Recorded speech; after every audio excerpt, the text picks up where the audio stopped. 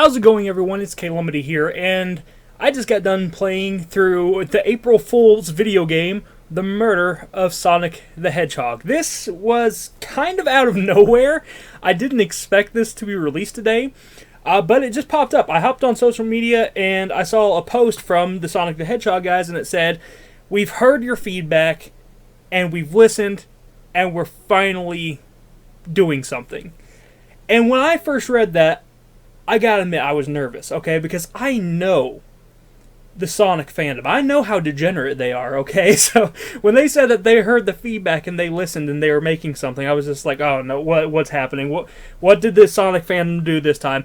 And then it actually ended up not really being anything to do with that.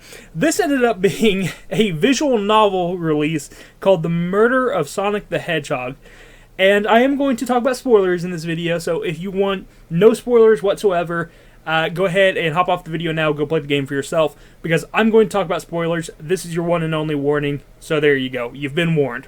So let's talk about The Murder of Sonic the Hedgehog. This game takes place on a train on Amy Rose's birthday, and the whole plot is basically they want to play a murder mystery game for their birthday. So it looks like they're going to just play a simple game, kind of like if you've ever played the werewolf game where you have to find out who's the werewolf. Same thing here, but they have to find out who's the murderer, basically. One character gets murdered, and they have to find out who is the person who did it.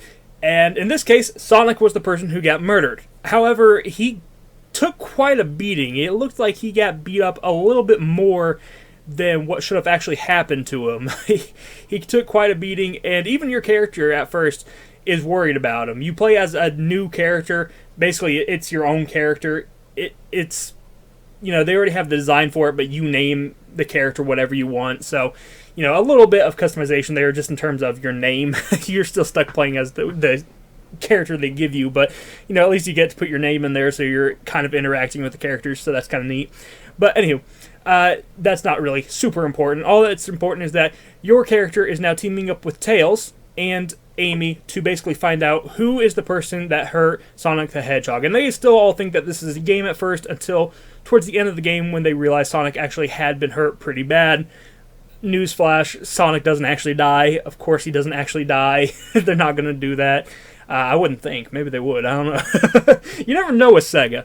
But no, Sonic doesn't die in this. It's just a joke. It's an April Fool's Day prank.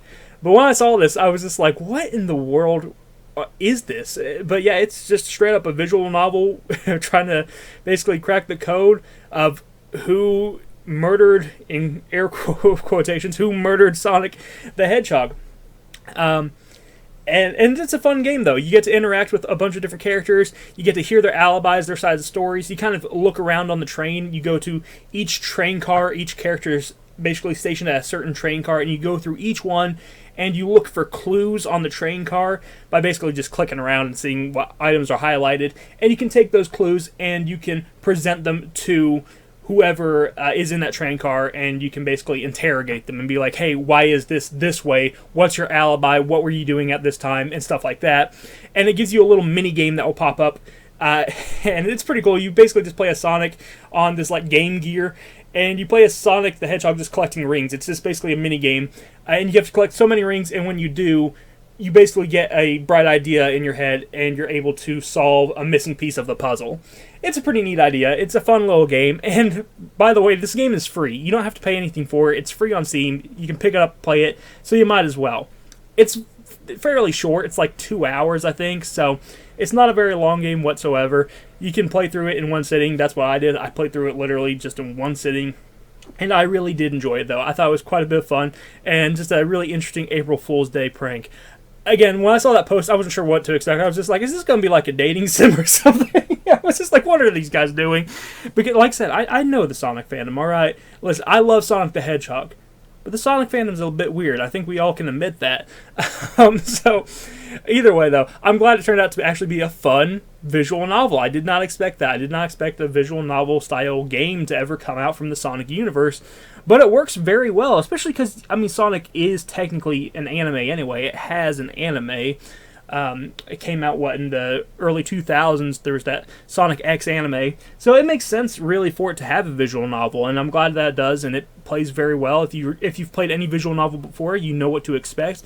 You get to make some dialogue choices with some of the characters. I don't think that there's any, like, routes to take or anything like that, not that I could tell, at least. But, you know, if there is, hey, I'll be glad to learn about it in the future, but as far as I know right now, I don't think that there's any routes or anything like that. But still, I enjoyed what's there. It's fun. It's free. You might as well download it, give it a playthrough. It's definitely worth your time. And again, for a free game, why not? Like, why not just go ahead and play it? This is awesome that Sega did this, actually. And another thing I do want to talk about is that if you take your time and you kind of just click around and mess with some of the environment stuff, you actually can get some fun little comments from some of the characters. Like, if you go to a slot machine in the casino cart and you just keep using the slot machine over and over again, Tail starts getting worried about you, and there's some funny dialogue with that, and just some other stuff like that. So make sure you mess around with the environment quite a bit, and make sure you're actually clicking every option, because you get some fun little things that pop up if you do. But yeah, this is an interesting game. It's not what I expected whatsoever.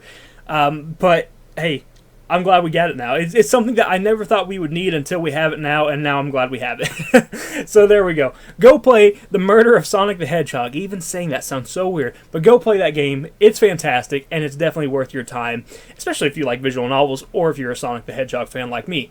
I'll talk to you next video. You have a fantastic, beautiful day. Bye-bye.